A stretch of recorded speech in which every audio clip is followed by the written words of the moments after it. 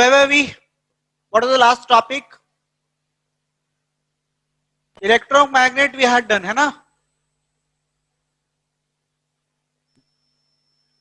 Next will be which is the better? Bar magnet or electromagnet?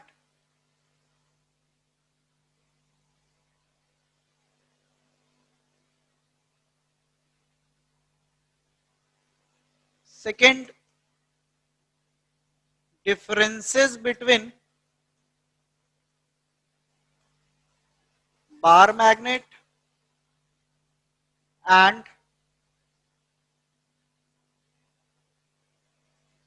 electromagnet.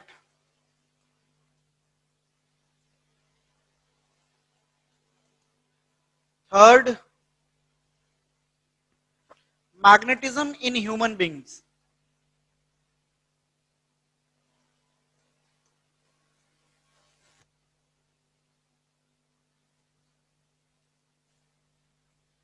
Next, what is MRI?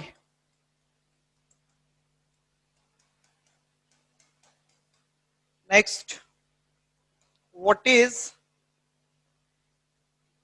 terrestrial magnetism?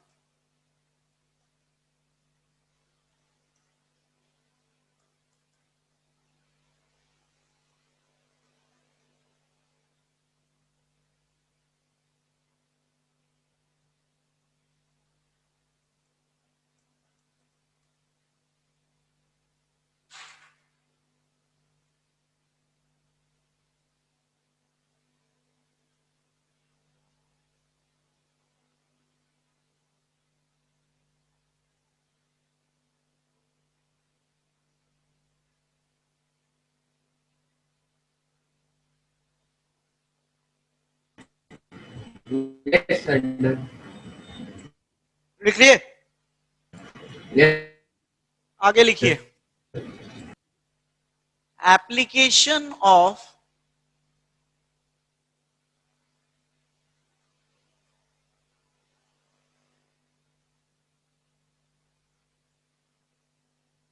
Newton's third law of motion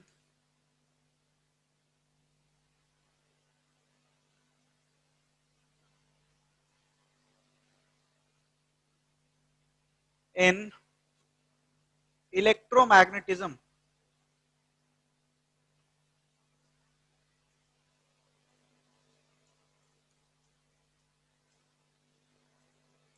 Next, motor principle.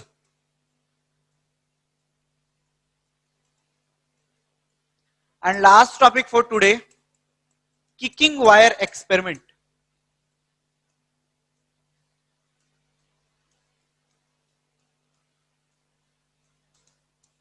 That's all for today.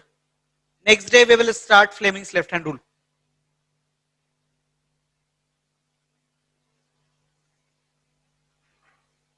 Written?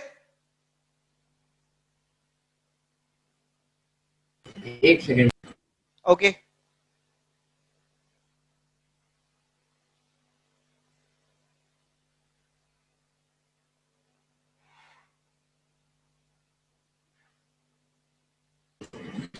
Yes, sir. हो गया. Kicking wire experiment. Yes, sir. हो गया. So what we will be discussing today, first topic we will have for today, which is better. We have discussed about bar magnet or permanent magnet, as well as we have discussed about electromagnet. So today we will be studying that which is better, and it will be very easy to find which is better whenever we know the difference between permanent and electromagnet. This question is very important for CBSE board. This is favorite topic for CBSE. Multiple times it has been asked, write the differences between bar magnet and electromagnet. In fact, in your school examination, it is also asked on regular basis. Next, magnetism in human beings. Thereafter, what is MRI? What is terrestrial magnetism? And from here, electromagnetism gets start. 50% or 40% topic of the electromagnet we will cover today. First, application of Newton's third law of motion in electromagnetism. Fourth, next one, motor principle, and last one, kicking wire experiment. So these are the topics which will be discussed today. So अगर हमें ये find करना है कि electromagnet better होगा या bar magnet better होगा, तो हमें पहले पता करना होगा कि इन दोनों के बीच डिफरेंसेस क्या है. तो एक ही साथ दो टॉपिक आपका हो जाएगा. मींस कि एक तरफ अगर आप डिफरेंस पता कर लेते हैं बार मैग्नेट और इलेक्ट्रोमैग्नेट के बीच का, तो बड़ा आसान हो जाएगा आपके लिए ये पता कर लेना कि क्या कौन बेहतर है हमारे लिए. जैसे सपोज आपसे कहा जाए कि ए और बी है, उन दोनों में से आपको सेलेक्ट करना है कि कौन आपके लिए बेटर है, तो आप डेफिनेटली क्वेश्चन करेंगे कि ए और बी में डिफरेंस क्या है. आपके अकॉर्डिंगली जो बेहतर होगा डिफरेंशिएट करने के बाद उसी को आप बेटर कहेंगे. तो पहले हम लोग देख लेते हैं कि डिफरेंसेस क्या है, फिर we will be able to find which is better for us. यहां पर कई बार बार मैग्नेट और इलेक्ट्रोमैग्नेट के बीच डिफरेंस ना पूछ के आपसे पूछ दिया जाता है right the differences between permanent magnet and temporary magnet. क्योंकि एक ही बातें हैं, ये बात हम लोग डिस्कस कर चुके हैं लास्ट क्लास में कि इलेक्ट्रोमैग्नेट जब भी होगा वो टेम्पररी मैग्नेट ही होगा और generally bar magnet permanent magnet होता है. हालांकि बार मैग्नेट को इलेक्ट्रोमैग्नेट भी बनाया जा सकता है, लेकिन यहाँ पे हम लोग डिफरेंसेस की बात कर रहे हैं. फर्स्ट डिफरेंस तो ऑलरेडी आपको पता ही है मैं क्या बताने. फर्स्ट डिफरेंस मैं यही बोलूंगा कि बार मैग्नेट में लॉन्ग लास्टिंग मैग्नेटिज्म होता है, means it is a permanent magnet, but electromagnet is a temporary magnet. whenever we provide electricity in it, it behaves like a magnet, and whenever we switch off the electric circuit, it will lose its magnetism. तो first difference यही है कि bar magnet एक permanent magnet है जबकि electromagnet एक temporary magnet है. दूसरा डिफरेंस ये है कि बार मैग्नेट का मैग्नेटिज्म जो होता है वो वीक होता है, जबकि इलेक्ट्रोमैग्नेट का मैग्नेटिज्म जो होता है वो स्ट्रांग होता है. ये बात हम लोग पहले भी डिस्कस किए हैं. इनफैक्ट इलेक्ट्रोमैग्नेट का यही तो रिलेवेंस है कि उसका इस मैग्नेटिज्म स्ट्रांग होता है. जैसे लास्ट डे मैं आपको बता रहा था कि इलेक्ट्रोमैग्नेट का जो मैग्नेटिज्म है वो length of air gap between the poles का इनवर्सल पोर्शन होता है. तो वहां पे वही चीज तो हमने डिस्कस करी थी कि आप यू शेप मैग्नेट यूज करते हैं मोटर में या जनरेटर में, इसीलिए क्योंकि उसका मैग्नेटिज्म स्ट्रांग है. तो मतलब ये है कि ये बात इनफैक्ट जब हम लोग चैप्टर शुरू किए थे और वहां पे जब मैं आपको डिफरेंसेस बता रहा था, इनफैक्ट नॉट डिफरेंसेस, मैं आपको बता रहा था कि टाइप्स कौन कौन से मैग्नेट के, और वहां पे जब मैं आपको परमानेंट मैग्नेट और टेम्पररी मैग्नेट बता रहा था तो वहां मैंने आपको बताया था कि परमानेंट मैग्नेट जो होते हैं जनरली जो नेचुरल होते हैं वो उनका ऑड शेप होता है और वो वीक मैग्नेटिज्म रखते हैं. इसी वजह से हमने बनाया अपना मैग्नेट, ह्यूमन बींग्स ने बनाया, लैब में मैग्नेट तैयार किया गया सो दैट हम उसको अपने अकॉर्डिंग यूज कर सके, और डेफिनेटली हमें तो ज्यादा मैग्नेटिज्म की जरूरत पड़ेगी. तो दूसरा डिफरेंस यही है बच्चा कि परमानेंट मैग्नेट जो है वो वीक मैग्नेट होता है जबकि इलेक्ट्रोमैग्नेट जो है वो स्ट्रॉन्ग मैग्नेट होता है. थर्ड डिफरेंस ये है कि इसका जो स्ट्रेंथ है, मींस आप कह सकते हैं कि strength of magnet is fixed, but here strength can be changed, और चेंज का मतलब it can be increased as well as it can be decreased. तो यहां पर ये आपको बताया जा रहा है कि ये जो परमानेंट मैग्नेट होता है या जो बार मैग्नेट होता है इसका स्ट्रेंथ फिक्स होता है, मींस कि आप इसको घटा नहीं सकते बढ़ा नहीं सकते. बट इलेक्ट्रोमैग्नेट के स्ट्रेंथ को तो घटा बढ़ा सकते हैं, हम लोग ये पढ़ चुके हैं factors on which the strength of electromagnet depends. Current ज्यादा प्रोवाइड कर देंगे तो मैग्नेटिज्म ज्यादा हो जाएगा, करंट कम प्रोवाइड कर देंगे मैग्नेटिज्म कम हो जाएगा, नंबर ऑफ टर्न्स बढ़ा देंगे मैग्नेटिज्म बढ़ जाएगा, नंबर ऑफ टर्न्स घटा देंगे मैग्नेटिज्म घट जाएगा, air gap between the poles बढ़ा देंगे मैग्नेटिज्म घट जाएगा, air gap between the poles घटा देंगे मैग्नेटिज्म बढ़ जाएगा. तो इलेक्ट्रोमैग्नेट में बड़ा ये चीज, ये पॉइंट बड़ा इंपॉर्टेंट है कि हम अपने जरूरत के हिसाब से स्ट्रेंथ ऑफ द मैग्नेट को इंक्रीज और डिक्रीज कर सकते हैं, मींस चेंज कर सकते हैं. आगे है इसका पोलैरिटी फिक्स होता है. Polarity is fixed. पोलैरिटी यहां सेंस है north pole and south pole is fixed. यहां पे जो पोलैरिटी है वो चेंज किया जा सकता है. मतलब ये मैं बोल रहा हूं कि इलेक्ट्रोमैग्नेट का पोल्स जो है वो चेंज किया जा सकता है. सवाल है सर कैसे? बहुत आसानी से. यहां पे तो बार मैग्नेट है, परमानेंट मैग्नेट है, इसका पोलैरिटी फिक्स है, जो नॉर्थ पोल है वो नॉर्थ पोल ही रहेगा, जो साउथ पोल है वो साउथ पोल ही रहेगा। लेकिन इलेक्ट्रोमैग्नेट या टेम्पररी मैग्नेट में आप क्या करते हैं कि करंट का डायरेक्शन चेंज कर दीजिए। तो करंट का डायरेक्शन जैसे ही आप चेंज करेंगे, मैग्नेटिज्म का की मैग्नेट का पोल भी जो होगा वो चेंज हो जाएगा, नॉर्थ पोल साउथ बन जाएगा और साउथ पोल नॉर्थ बन जाएगा।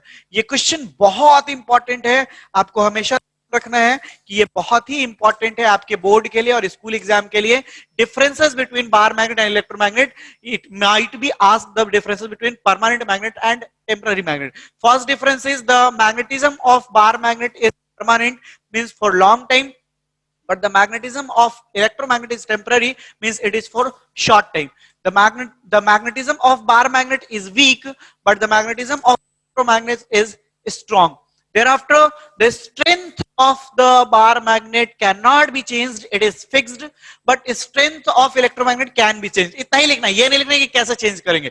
अगेन अगर आपसे कोई पूछ देता है कि अच्छा आपने लिखा है कि स्ट्रेंथ चेंज किया सकता है, कैसे चेंज कीजिएगा, तो फिर आप बताएंगे as we know that electromagnet depends on three factors, it is directional to electric current, it is directional to number of turns, it is inversal to the length of the air gap between the poles. तो इन्हीं सबको increase decrease करके strength को change किया जा सकता है। And last, polarity of bar magnet is fixed, but the polarity of electromagnet can be changed. अब मेरे को बताइए, ये डिफरेंसेस देखने के बाद आपको नहीं समझ में आ रहा है कि कौन बेटर है हमारे लिए? डेफिनेटली इलेक्ट्रोमैग्नेट हमारे लिए बेटर है। क्यों? ये डिफरेंसेस काफी हैं बताने के लिए कि बार मैग्नेट, एक तो कि इसका वीकनेस, मतलब सबसे इंपॉर्टेंट चीज तो यही है कि ये परमानेंट तो है, लो इसका मैग्नेटिज्म वीक है, जबकि इसका मैग्नेटिज्म स्ट्रांग है। और डेफिनेटली हम आगे जाके इस चैप्टर के लास्ट में, जब इस चैप्टर को वाइंड अप कर रहे होंगे, तो हम समझेंगे कि इस चैप्टर में दो ही चीज हमें समझना था। पहला कि करंट से मैग्नेटिज्म कैसे प्रोड्यूस हो, वो हम लोग देख चुके हो रस्टेड एक्सपेरिमेंट में। आगे हम लोग मैग्नेटिज्म से करंट प्रोड्यूस करेंगे, और वही हमारा अपकमिंग 2-3 लेक्चर के बाद आ जाएगा, इलेक्ट्रोमैग्नेटिक इंडक्शन। वो भी फैराडे बताया था। हम लोग करंट जनरेट करना सीखेंगे मैग्नेटिज्म से। मैग्नेटिज्म स्ट्रांग होगा तो करंट भी ज्यादा होगा, मैग्नेटिज्म वीक होगा करंट भी वीक होगा। तो डेफिनेटली स्ट्रांग मैग्नेट ही हमारे लिए फायदेमंद होने वाला है। इसके बाद इसका स्ट्रेंथ फिक्स है, हमें अगर ज्यादा मैग्नेट की जरूरत है तो हम यहाँ पे इंक्रीज नहीं कर सकते हैं, हमें अगर कम मैग्नेटिज्म की जरूरत है हम यहाँ पे स्ट्रेंथ को लेसन कम नहीं कर सकते, डिक्रीज नहीं कर सकते, बट यहाँ पे हम अपने नेसेसिटी के अनुसार, अपने जरूरत के हिसाब से हम स्ट्रेंथ यहाँ पर चेंज कर सकते हैं। लास्ट में पोलैरिटी भी इसमें फिक्स होता है, लेकिन इसमें नॉर्थ पोल को साउथ पोल बनाया जा सकता है, साउथ पोल को नॉर्थ पोल बनाया जा सकता है। देखो घुमा के क्वेश्चन ऐसे पूछा जा सकता है कि क्या किसी मैग्नेट के नॉर्थ पोल को साउथ पोल बनाया जा सकता है, तो जनरली हम लोग एकदम सीधा बोल देते हैं ना, कैसे बनाया जाएगा भाई, अगर ये कोई मैग्नेट है और इसका ये नॉर्थ पोल है और ये अगर साउथ पोल है तो फिक्स है ना, ये नॉर्थ को साउथ आप कैसे बना दीजिएगा? बना दे सकते हैं अगर ये एक इलेक्ट्रोमैग्नेट हो, अगर इसमें सर्किट जुड़ा हुआ है, करंट पास कर रहा है, तो ये अगर नॉर्थ पोल की तरह बिहेव कर रहा है और ये करंट का डायरेक्शन मींस इधर पॉजिटिव और इधर नेगेटिव, तो अगर हम उल्टा कर दें तो ये भी साउथ हो जाएगा और ये नॉर्थ हो जाएगा। तो मतलब कि इलेक्ट्रोमैग्नेट के पोल को चेंज किया जा सकता है। तो इन सारे डिफरेंसेस के आधार पर ये हम कह सकते हैं कि इलेक्ट्रोमैग्नेट ही बेटर है। अब इसको हम अलग तरीके से बता दिए, हम पहला टॉपिक लिख दिए कि कौन बेटर है और दूसरा टॉपिक लिख दिए क्या क्या डिफरेंस है। आपसे तीसरे तरीके से पूछा जा सकता है कि व्हाई और how can you say that electromagnet is better than bar magnet, तो फिर आपका लैंग्वेज वैसे ही कन्वर्ट हो जाएगा, डिफरेंसेस वाला टॉपिक ही आएगा। कई बार स्टूडेंट्स कहते हैं कि जो सब क्लास में पढ़ाया जाता है सारा कुछ उसमें से नहीं आता है। आप क्लेम करते हैं कि 100% क्वेश्चन मेरे क्लास नोट से आता है। डेफिनेटली कंटेंट जो बताया जा रहा है क्वेश्चन वहीं से आएगा, लेकिन कुछ दिमाग आपको अपना भी लगाना पड़ता है। अब ये जरूर नहीं है कि वो उसी तरीके से पूछ दे write the 3 differences between electromagnet and bar magnet, वो बोल सकते हैं इन दोनों को मिक्स करके एक नया टॉपिक तो बन गया, how can you say that electromagnet is a better magnet. तो अब बताइए कि as we know that electromagnet, the strength of electromagnet is strong और it is more, its polarity can be changed, its strength can be changed। तो अगर आप इतना काम कर रहे हैं इसका साफ मतलब है कि वो बेटर है। तो इन दोनों को मिला के ये कहा जा सकता है, और इनके जस्ट क्या बोलते हैं कि इनका डिफरेंसेस देख के हम लोग समझ सकते हैं कि इलेक्ट्रोमैग्नेट हमारे लिए बेटर मैग्नेट है। नेक्स्ट टॉपिक है आपका मैग्नेटिज्म इन ह्यूमन बींग्स। क्या हमारे बॉडी में मैग्नेटिज्म है या नहीं है?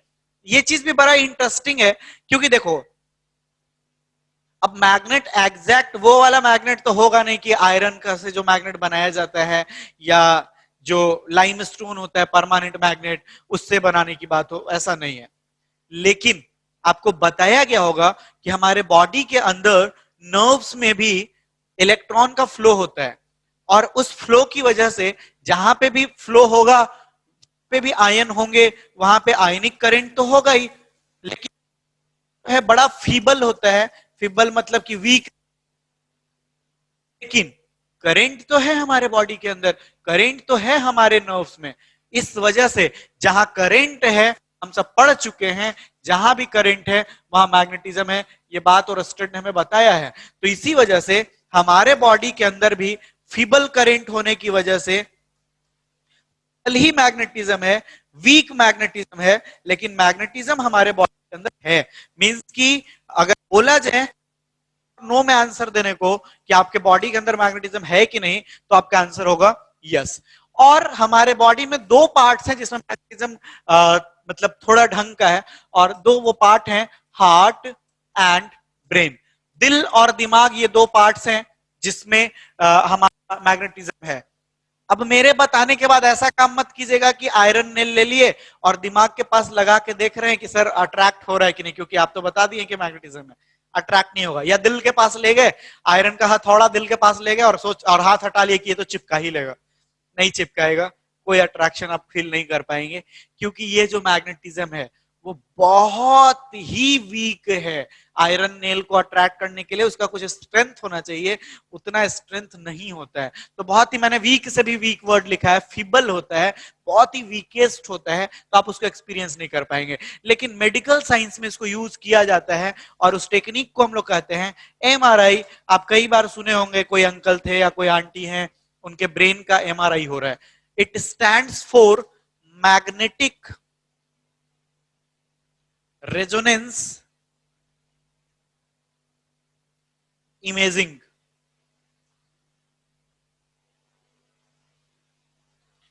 मैग्नेटिक रेजोनेंस इमेजिंग, एक्चुअली हमारे बॉडी में जो मैग्नेटिज्म है उसका यूज किया जाता है, और उसके हेल्प से हमारे बॉडी के इंटरनल पार्ट्स का इमेज ऑब्टेन किया जाता है। इसी टेक्निक को हम लोग एमआरआई कहते हैं। ठीक है, जैसे आप क्लास 9th में थे तो साउंड पढ़े थे ना, साउंड में आपको बताया गया था ईसीजी, इकोकार्डियोग्राफी।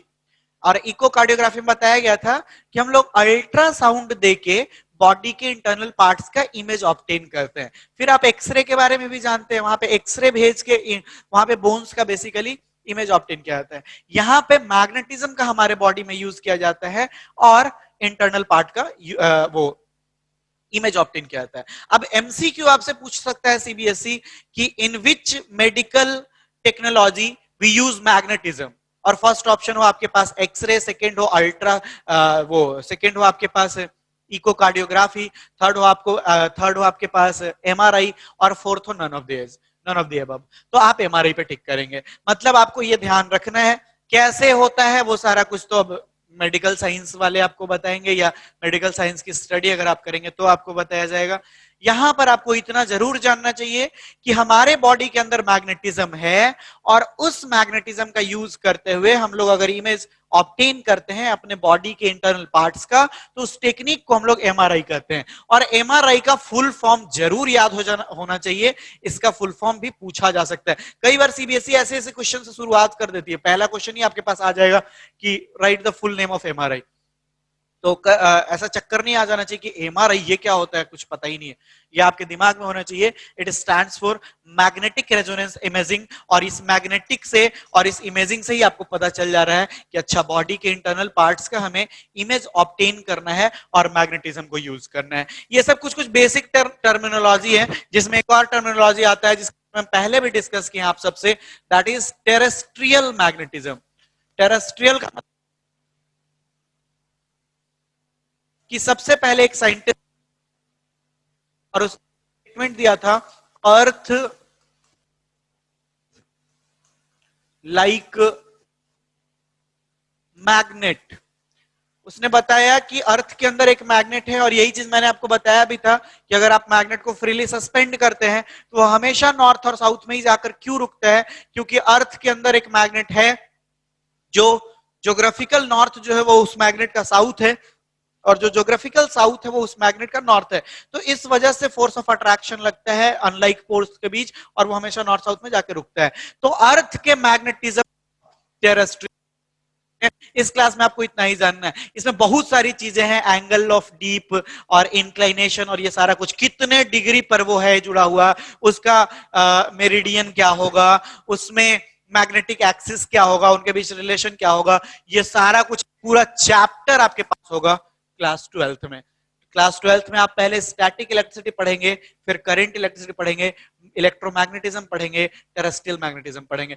तो वो 12th की बात है। फिलहाल आपको इंट्रो जानना है और ये आपको पता होना चाहिए कि अर्थ के अंदर भी मैग्नेट है, और ये मैग्नेट जो अर्थ का है उसी को आप टेरेस्ट्रियल मैग्नेटिज्म कहते हैं। इसके बारे में दुनिया को सबसे पहले गिलबर्ट ने बताया, और टेरेस्ट्रियल मैग्नेटिज्म की वजह से ही जब कभी फ्रीली सस्पेंड किया जाता है अर्थ पे किसी मैग्नेट को, नॉट बॉडी सॉरी, किसी मैग्नेट को, तो ये हमेशा नॉर्थ और साउथ में स्टे करता है।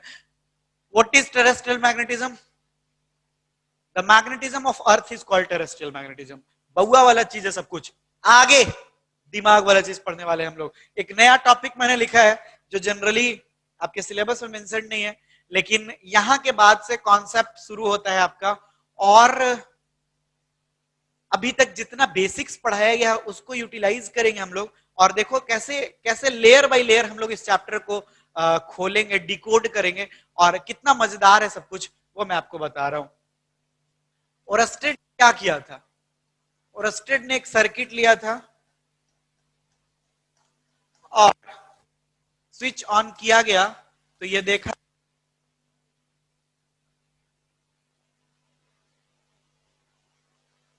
हो जाता है, इस तरीके से डिफ्लेक्शन हो जाता है। 1820 में ये काम किया ओरस्टेड, और इसी से हम जानते हैं whenever there is electric current there is magnetism, as we observe that whenever there is switch off it does not get deflected, whenever the switch is being on it gets deflected, means the wire behaves like a magnet, and this is electromagnetism, magnetism due to electricity। यहां तक ये Oersted experiment था जो आप पढ़ चुके हैं। लेकिन 1821 में, जस्ट मतलब वो 20 का बात है, ये 21 का बात है, और यहां पर एक ओरस्टेड से भी स्मार्ट साइंटिस्ट आया। हालांकि कंपेयर करना गलत है, ओरस्टेड ज्यादा इंटेलिजेंट है या फेराडे ज्यादा इंटेलिजेंट है, उस बहस में हमें नहीं पढ़ना। फेराडे और ओरस्टेड के एक्सपेरिमेंट को अलग तरीके से लिया। देखो कैसे, मैं हमेशा बोलता हूं ना कि फिजिक्स में आप अलग तरीके से सोचना शुरू कर दो, फिजिक्स आपका पैशन हो जाएगा, फिजिक्स में आपको किक मिलने लगेगा और आप इंजॉय करने लगेंगे। देखो कैसे कहानी किया है ये लोग, और आप भी कर सकते हैं। ओरस्टेड ने बताया कि करंट आप पास कराते हैं तो मैग्नेटिज्म प्रोड्यूस होता है, ये ओरस्टेड एक्सपेरिमेंट कहलाता है। फैराडे इस एक्सपेरिमेंट को थोड़ा अलग तरीके से लिया कि अगर हम करंट पास करा रहे हैं तो ये इधर डिफ्लेक्ट हो रहा है, या फिर करंट हो रहा है। अब तो हम लोग ये भी सीख चुके हैं Maxwell right hand thumb rule से कि ये कब इधर डिफ्लेक्ट होगा और कब उधर होगा। अपर डायरेक्शन में करंट है, इधर डिफ्लेक्ट होगा, डाउनवर्ड डायरेक्शन में तो उधर डिफ्लेक्ट होगा। तो फैराडे के दिमाग में ये आया कि जब तक करंट पास नहीं करा रहे थे तब तक डिफ्लेक्शन नहीं हो रहा था, जैसे ही करंट पास करने लगे डिफ्लेक्शन होने लगा, और करंट का डायरेक्शन चेंज कर रहे हैं तो डिफ्लेक्शन का डायरेक्शन भी चेंज हो जा रहा है। मतलब करंट अगर आप डाउनवर्ड डायरेक्शन में दे रहे हैं तो ये इधर की तरफ जा रहा है, और जब आप अपवर्ड डायरेक्शन में दे रहे हैं ये इधर की तरफ आ रहा है। आप ऐसे सोचो कि ये मैग्नेट है, कभी ये मैग्नेट इधर की तरफ चला जा रहा है, कभी ये मैग्नेट इधर की तरफ चला आ रहा है। इसका क्या मतलब है? इसका ये मतलब है कि ये वायर इसके ऊपर क्या लगा रहा है? फोर्स लगा रहा है, कभी फोर्स ऑफ रिपल्सन और कभी फोर्स ऑफ अट्रैक्शन, तभी तो ऐसा हो पा रहा है ना। नॉर्मल इस तरीके से आप निडल को रखे थे, जब तक करंट पास नहीं कराया जा रहा था तब तक कुछ नहीं था, ये स्टैंड के हेल्प से रखा हुआ है। जैसे ही स्विच ऑन किया गया ये निडल जो था वो डिफ्लेक्ट कर गया। सपोज किया जाए कि करंट का डायरेक्शन ये था, तो पहले जो निडल यहां पे था अब ये निडल इधर हो गया, मींस कि ये निडल ऐसे था अब ये निडल इधर चला गया। इसका मतलब कि ये वायर इसको रिपेल किया। और दूसरे वाले केस में जब आप अपवर्ड डायरेक्शन में करंट पास कराते हैं तो ये निडल ऐसे था और जैसे ही आपका करंट पास होना शुरू हुआ ये इधर आ गया। इसका मतलब कि यहां पे फोर्स लग रहा है, वो चाहे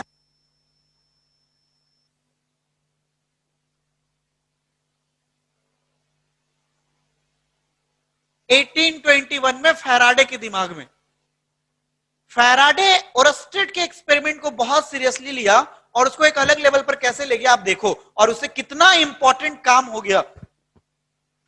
अब यहां पे क्या हो रहा है कि फैराडे जब ये मतलब ये जब ऑब्जर्व किया जो हो रहा है वो फोर्स लगने की वजह से हो रहा है, उसके जस्ट बाद फैराडे के दिमाग में एक और अच्छा पॉइंट आ गया जो हम सब जानते हैं, और वो है Newton's third law of motion. देखो फर्स्ट लॉ भूल सकते हो, सेकंड लॉ भूल सकते हो, थर्ड लॉ आप कभी नहीं भूलेंगे। Every action has an equal and opposite reaction. अगर मैं इस बोर्ड पे 10 न्यूटन का फोर्स लगा रहा हूं तो बोर्ड भी मेरे हाथ पर 10 न्यूटन का ही फोर्स लगाएगा अपोजिट डायरेक्शन में। मतलब मैग्नीट्यूड सेम होगा, वैल्यू न्यूमेरिकल वैल्यू सेम होगा, लेकिन डायरेक्शन उल्टा होगा। अगर मैं दीवार पे, इसीलिए तो हम लोग गिरते हैं तो चोट लगता है, 9th क्लास में आपको बताया गया होगा। और अगर हम अर्थ पे गिरते हैं तो चोट क्यों लगता है? क्योंकि हम अर्थ पे गिरते हैं तो हम 50 न्यूटन का सपोज करो फोर्स लगाए, तो अर्थ भी हमें 50 न्यूटन का फोर्स लगाएगी। Every action has an equal and opposite reaction, तो चोट लगेगा हमें। आप खुद ही नोटिस करो, जब आप ज्यादा हाइट से गिरते हैं तो आप ज्यादा चोट लगता है आपको, तो we feel hurt whenever we fall on ground, just because earth also applies force in opposite direction and of same magnitude. तो जितना ज्यादा हाइट से गिरिएगा उतना ज्यादा फोर्स लगाएगा, और जितना ज्यादा फोर्स आप लगाएगा उतना ही अर्थ भी लगाएगी, चोट आपको लगेगा। तो दुनिया सीख नहीं सकता है, फोर्स हमेशा पेयर में होता है, एक्शन कुछ नहीं होता है, जहां एक्शन है वहां रिएक्शन है, फोर्स हमेशा पेयर में होगा। तो किसी बॉडी पर फोर्स लगा रहे हैं तो बॉडी भी आप पर फोर्स लगाएगी। वही चीज फैराडे यहां अप्लाई कर दिया कि अगर इस निडल पर एयर फोर्स लगा रहा है तो इसका यह मतलब है कि यहां पर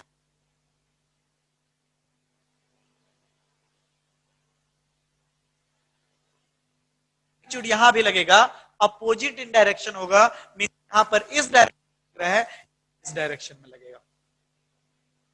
और इसी के बाद फैराडे नया कॉन्सेप्ट, एक नया प्रिंसिपल दिया जिसे हम लोग मोटर प्रिंसिपल कहते हैं।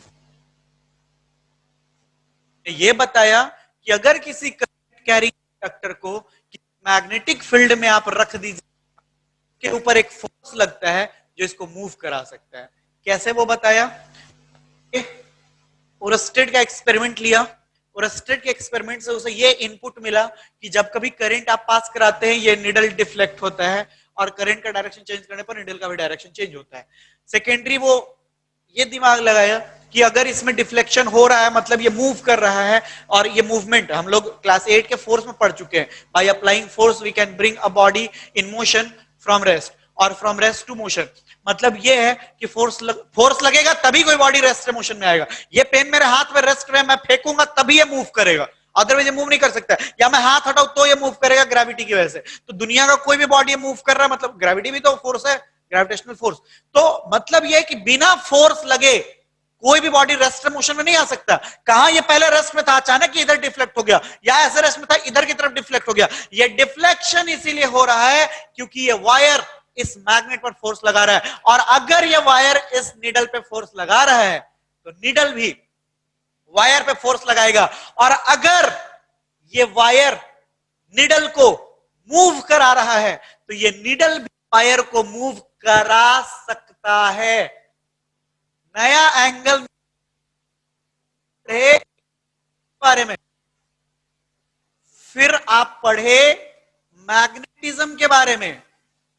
फैराडे एक अलग एंगल दे दिया कि इलेक्ट्रिसिटी और मैग्नेटिज्म दोनों मिला दीजिए तो नया चीज मिलेगा, और वो होगा मोशन या फोर्स। और इसीलिए फैराडे ग्रेट था, और यही तो काम हम लोग करते हैं मोटर में। नेक्स्ट डे का हमारा टॉपिक इलेक्ट्रिक मोटर होगा, कैसे काम करता है, मोटर प्रिंसिपल पर काम करते हैं। तो अगर अब यहां पर एक इंपॉर्टेंट चीज ये है कि क्या जिस तरीके से करंट पास कराने पर निडल डिफ्लेक्ट हो रहा है, मतलब निडल मूव कर रहा है, तो क्या यह सच है कि यह अगर फोर्स तो यह भी मूव करने लगेगा? फिलहाल यहां आंसर है नहीं, इसलिए क्योंकि ये यहां पर फिक्स है। अगर आप इसको फ्लेक्सिबल बना दें तो इसके मूव करने की पॉसिबिलिटी है। इसीलिए हम लोग मोटर प्रिंसिपल के डेफिनेशन में ये नहीं लिखते हैं कि it will definitely move, it may move. तो मोटर प्रिंसिपल क्या है? अगर किसी वायर, नॉट ओनली वायर, अगर आप किसी वायर को, करंट कैरिंग कंडक्टर को मैग्नेटिक फील्ड में रख दें तो इस वायर एक फोर्स लगेगा जो इस वायर को मूव करा सकता है। If a current carrying conductor is placed in a magnetic field, there is a force exerting on the conductor which can make it move. If a current carrying conductor is placed in a magnetic field, there is a force exerting on the conductor which can make it move. Sir हम नहीं मानते। आप कैसे आप बोल दीजिए कि ये मूव कर सकता है, मेरे को तो बिलीव नहीं हो रहा, आप करके दिखाइए। दिखाते हैं। एक वायर फ्री और इसको जो ले लीजिए और इसको आप यहां से करंट पास,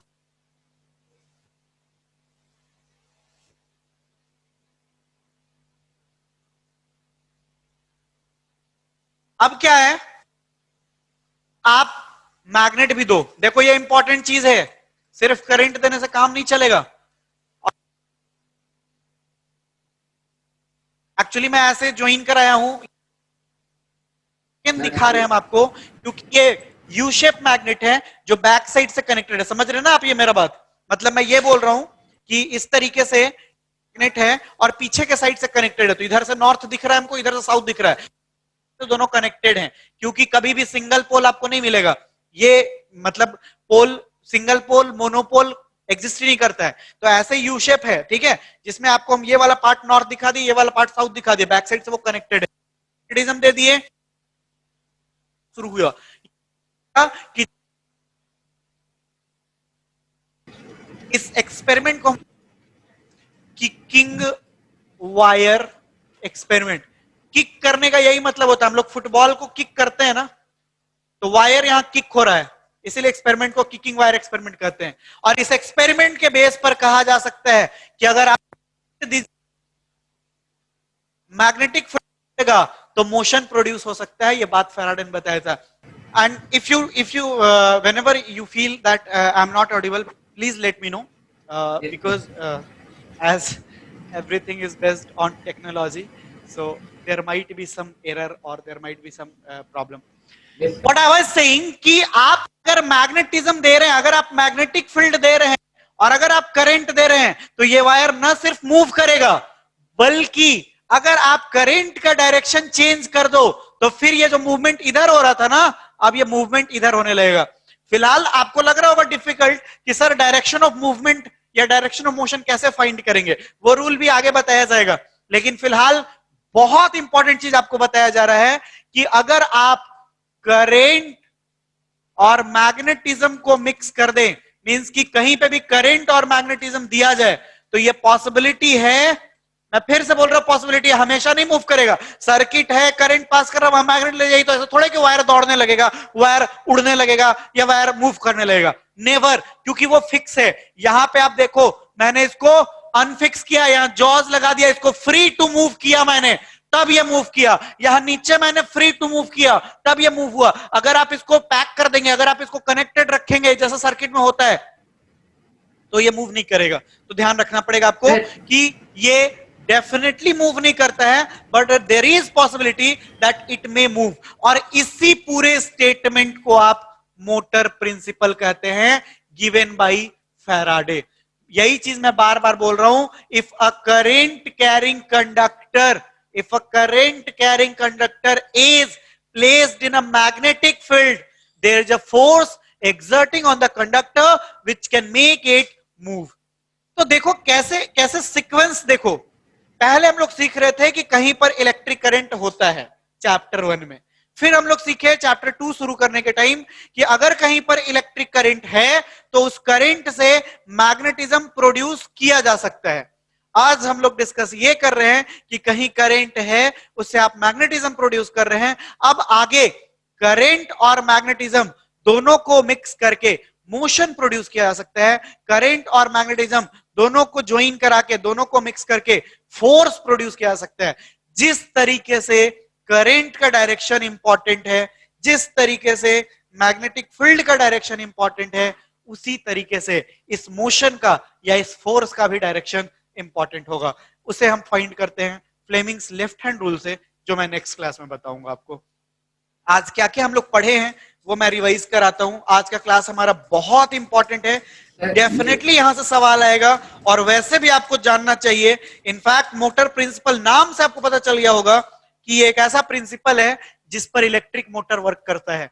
तो मतलब ये कॉन्सेप्ट बहुत इंपॉर्टेंट है, क्योंकि अगर आप यही नहीं समझ सके कि वायर मूव कैसे करता है, तो फिर आप मोटर का फंक्शनिंग कैसे समझेंगे। तो इसलिए पार्ट बाय पार्ट करके हम लोग पढ़ रहे हैं, और ये चीजें समझना बहुत जरूरी है।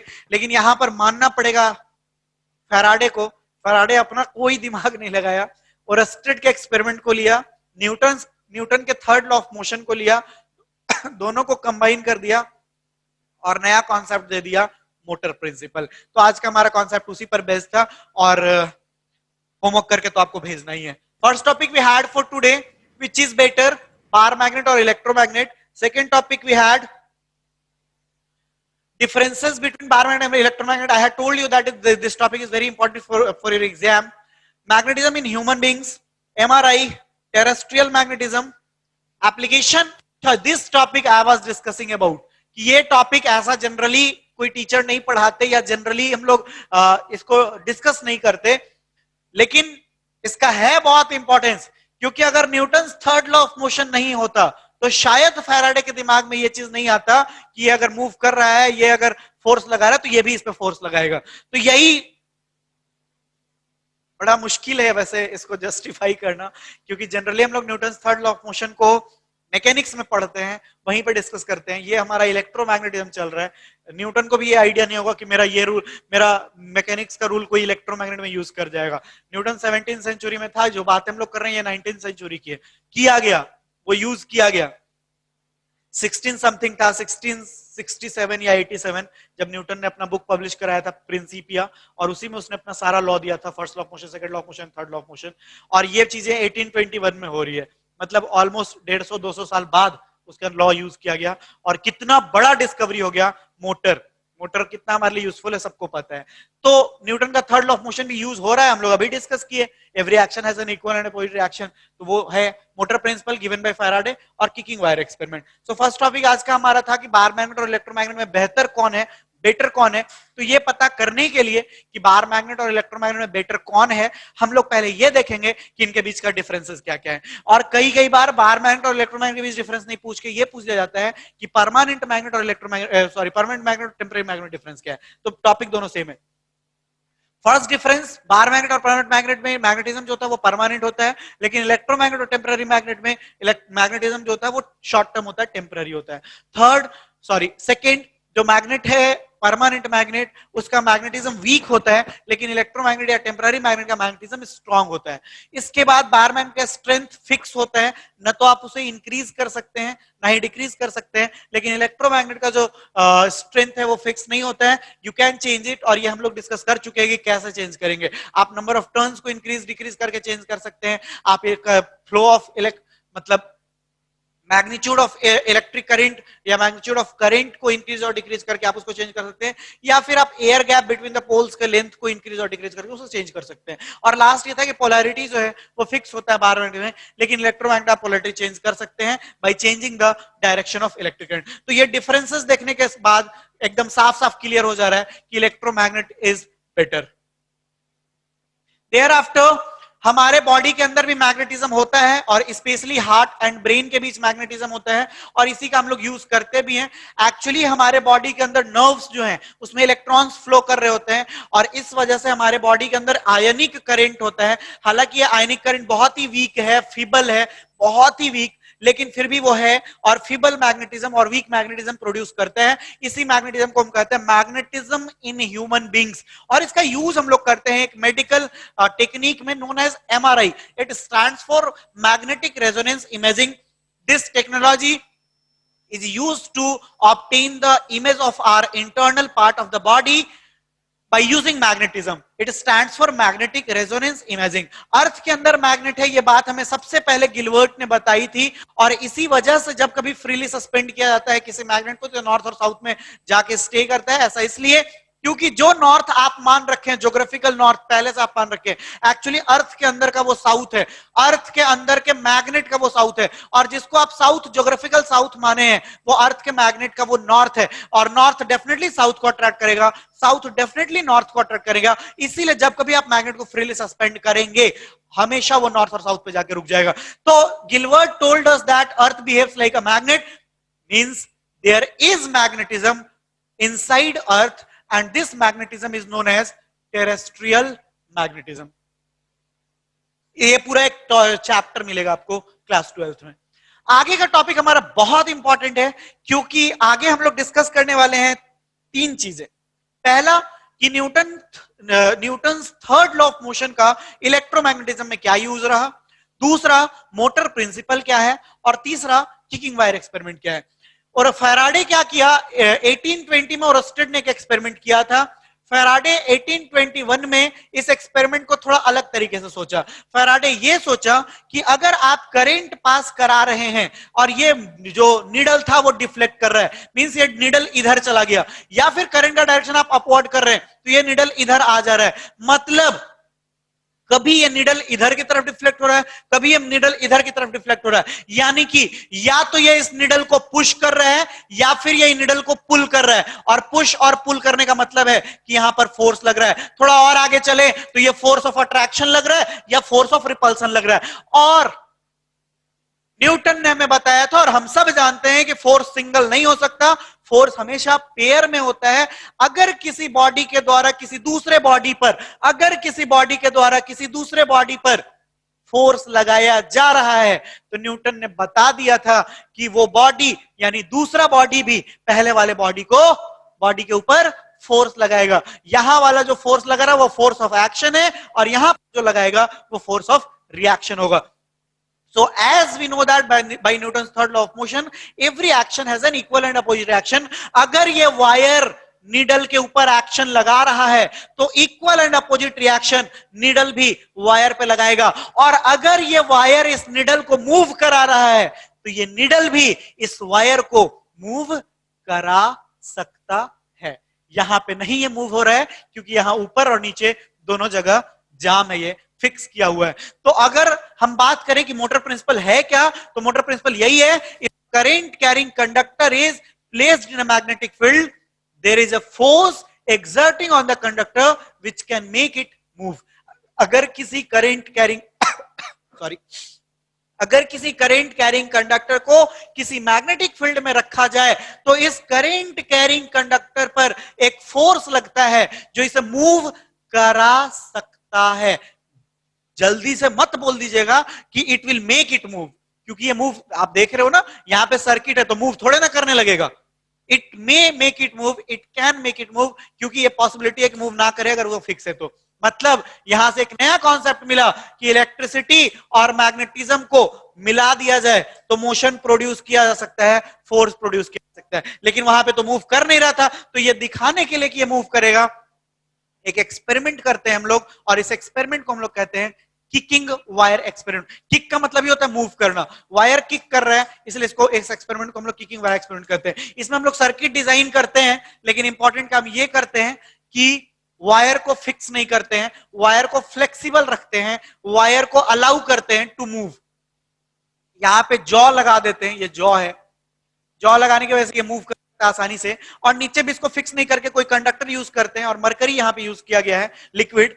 अब आराम से ये कनेक्टेड भी है, आपको पता है कि कंडक्टर है और ये वायर यहां से आप ज्वाइन किया रहे हैं, तो सर्किट तो हमारा कंप्लीट हो रहा है, लेकिन ये फिक्स नहीं है, ये अनफिक्स किया गया। अब यहां पे मैग्नेटिक फील्ड लगाना इंपॉर्टेंट है, क्योंकि सिर्फ करंट से मोशन प्रोड्यूस नहीं हो सकता, सिर्फ करंट से फोर्स प्रोड्यूस नहीं हो सकता, करंट और मैग्नेटिज्म दोनों आपको देना पड़ेगा। क्योंकि आप देखो रस्टेड के एक्सपेरिमेंट में ये नीडल यहां पे लगा हुआ है तभी चीजें हो रही हैं, नीडल लगाए हैं आप तभी ये ऑब्जर्वेशन हो रहा है। तो न सिर्फ करंट कैरिंग कंडक्टर की जरूरत है बल्कि मैग्नेटिक फील्ड की भी जरूरत है। इस वजह से किकिंग वायर एक्सपेरिमेंट पे न सिर्फ आप करंट पास कराएंगे बल्कि आप मैग्नेटिक फील्ड भी देंगे, और अपकमिंग लेक्चर्स में आप देखेंगे कि मोटर और जनरेटर जब हम लोग बना रहे होंगे तो हर बार ऐसे ही मैग्नेट लगाया जाएगा।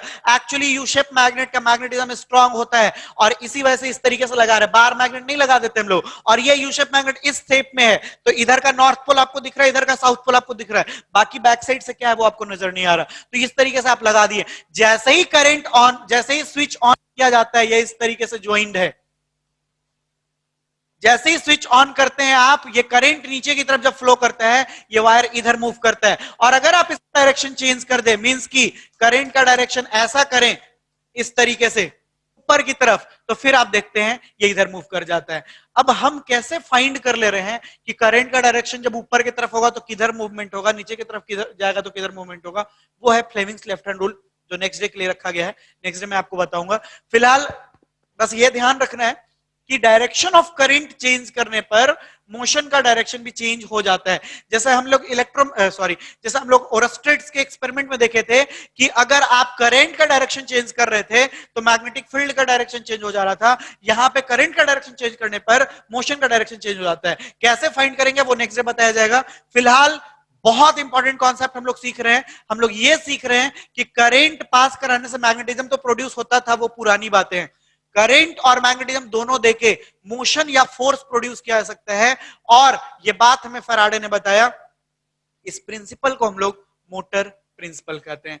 तो न्यूटन का थर्ड लॉ ऑफ मोशन कैसे यूज हुआ? न्यूटन का थर्ड लॉ ऑफ मोशन इस तरीके से यूज हुआ कि अगर आप ओरस्टेड के एक्सपेरिमेंट में Newton third law of motion mix कर देते हैं तो फैराडे का प्रिंसिपल या कहें कि मोटर प्रिंसिपल मिलता है। ऐसा इसलिए क्योंकि न्यूटन ने जैसा बताया था every action has an equal and opposite reaction, उसी चीज को इसने यूज किया। नॉर्मल सी बात है ये, अगर एक छोटा सा आप जस्ट ओरस्टेड एक्सपेरिमेंट का आप सर्किट तैयार करें तो ओरस्टेड तो इतना ही कह के चला गया, इतना ही कह सका वो कि अगर आप करंट पास कराइएगा तो निडल में डिफ्लेक्शन होगा, और निडल में डिफ्लेक्शन आपको ये बता रहा होता है कि करंट पास कराने से मैग्नेटिक फील्ड प्रोड्यूस होता है। लेकिन इसी चीज को फैराडे एक स्टेप आगे ले गया कि अगर ये मूव कर दे रहा है, ये इसको इस तरफ से इधर ले जा रहा है, या करंट का डायरेक्शन उल्टा कर देने पर इस तरफ ये ऐसे आ जा रहा है, तो इसका साफ मतलब है कि ये जिस तरीके का मूव शो, चाहे ये इधर जा रहा हो या इधर आ रहा हो, जब ये इधर जा रहा है तब ये वायर जो था इसको क्या कर रहा था? पुश कर रहा था। और जब ये इधर आ रहा है तब ये इसको पुल कर रहा है। इसका साफ मतलब है कि इनके नीचे फोर्स लग रहा है, और अगर वायर इस पे फोर्स लगा रहा है तो ये भी इसके ऊपर फोर्स लगाएगा। और इस फोर्स, अगर ये वायर इस निडल को मूव करा दे रहा है तो निडल भी वायर को मूव करा सकता है। मतलब ये है कि हम फोर्स लगा के इस पेन को फेंक सकते हैं, लेकिन ऐसा जरूरी नहीं कि हम दीवार पे फोर्स लगाए तो दीवार गिर जाएगा। लेकिन पॉसिबिलिटी तो है ना, मतलब किसी बॉडी का स्टेटस चेंज करने के लिए फोर्स ही लगाया जाता है। तो न्यूटन का थर्ड लॉ ऑफ मोशन आया ना कि अगर ये इस पे फोर्स लगा रहा है तो ये भी इसको फोर्स लगाएगा, अगर यहां पर एक्शन लग रहा है तो यहां रिएक्शन भी लगेगा, और वो भी इक्वल एंड अपोजिट। तो मतलब ये है कि न्यूटन का third law of motion electromagnet में यूज हुआ। कितना कितना सिंपल है चीज। फैराडे क्या किया? ओरस्टेड के एक्सपेरिमेंट को लिया, थोड़ा अलग एंगल से सोचा, न्यूटन का थर्ड लॉ ऑफ मोशन को लिया, मिक्स किया और नया कॉन्सेप्ट दे दिया known as motor principle. Electricity और मैग्नेटिज्म को कंबाइन करके मोशन या फोर्स प्रोड्यूस किया सकता है। If a current carrying conductor is placed in a magnetic field, there is a force exerting on the conductor which can make it move. If a current carrying conductor is placed in a magnetic field, there is a force exerting on the conductor which can make it move. This statement was given by Michael Faraday and known as motor principle. Kicking wire experiment, the experiment which is used to prove motor principle, means whenever we just study motor principle or we just define motor principle, we say that it can make it move, but we don't show it because the wire is fixed with its circuit. But whenever we make the wire free to move, we actually observe that whenever the current is flowing, the wire is getting moved, the wire is moving. And whenever we change the direction of electric current, the direction of motion, means the direction of movement of wire, gets also changed. So kicking wire experiment is just to show that yes, whenever there is electric current and magnetism, we can make the wire move. नहीं last. So current pass करा के magnetism देकर किसी भी wire को move कराया जा सकता है, यही मोटर प्रिंसिपल है। और इसे प्रूफ करने के लिए हम लोग किकिंग वायर एक्सपेरिमेंट करते हैं। अब हम कैसे फाइंड कर लिए कि जब करंट ऊपर से नीचे आ रहा था तो ये इधर मूव कर रहा था, और जब नीचे से ऊपर जा रहा था तो ये इधर मूव कर रहा था, वो हमारा नेक्स्ट डे का पहला टॉपिक होगा, फ्लेमिंग्स लेफ्ट हैंड रूल। और फिर आगे हम लोग मोटर का डिजाइनिंग देखेंगे, मींस मोटर का कंस्ट्रक्शन, पहले तो प्रिंसिपल वही मोटर प्रिंसिपल, फिर कंस्ट्रक्शन क्या क्या आप लगाते हैं, और लास्ट में उसका वर्किंग। तो फिर हम लोग सीख पाएंगे कि फैन जो मूव कर रहा है, मोटर जो मूव कर रहा है, आप करंट देते हैं तो वो कैसे आपको मैकेनिकल एनर्जी देता है। यही तो करता है ना इलेक्ट्रिक मोटर, क्या करता है, इलेक्ट्रिकल एनर्जी को मैकेनिकल एनर्जी में कन्वर्ट करता है। यही तो कर रहे हैं आप, इलेक्ट्रिकल एनर्जी को मैकेनिकल एनर्जी में। मैग्नेटिज्म उसमें पहले से फिक्स है, मैग्नेट उसमें लगा हुआ है, करंट आप दिए और आपको मोशन मिलना शुरू हो गया। तो चीजें बहुत आसान है अगर हम लोग सिस्टमेटिक ढंग से पढ़े तो, और नहीं समझ में आए तो आपको पूछना है, यहां नहीं पूछ सकते व्हाट्सएप करना है। That's all for today. और नेक्स्ट डे हम लोग Fleming's left hand rule use करेंगे।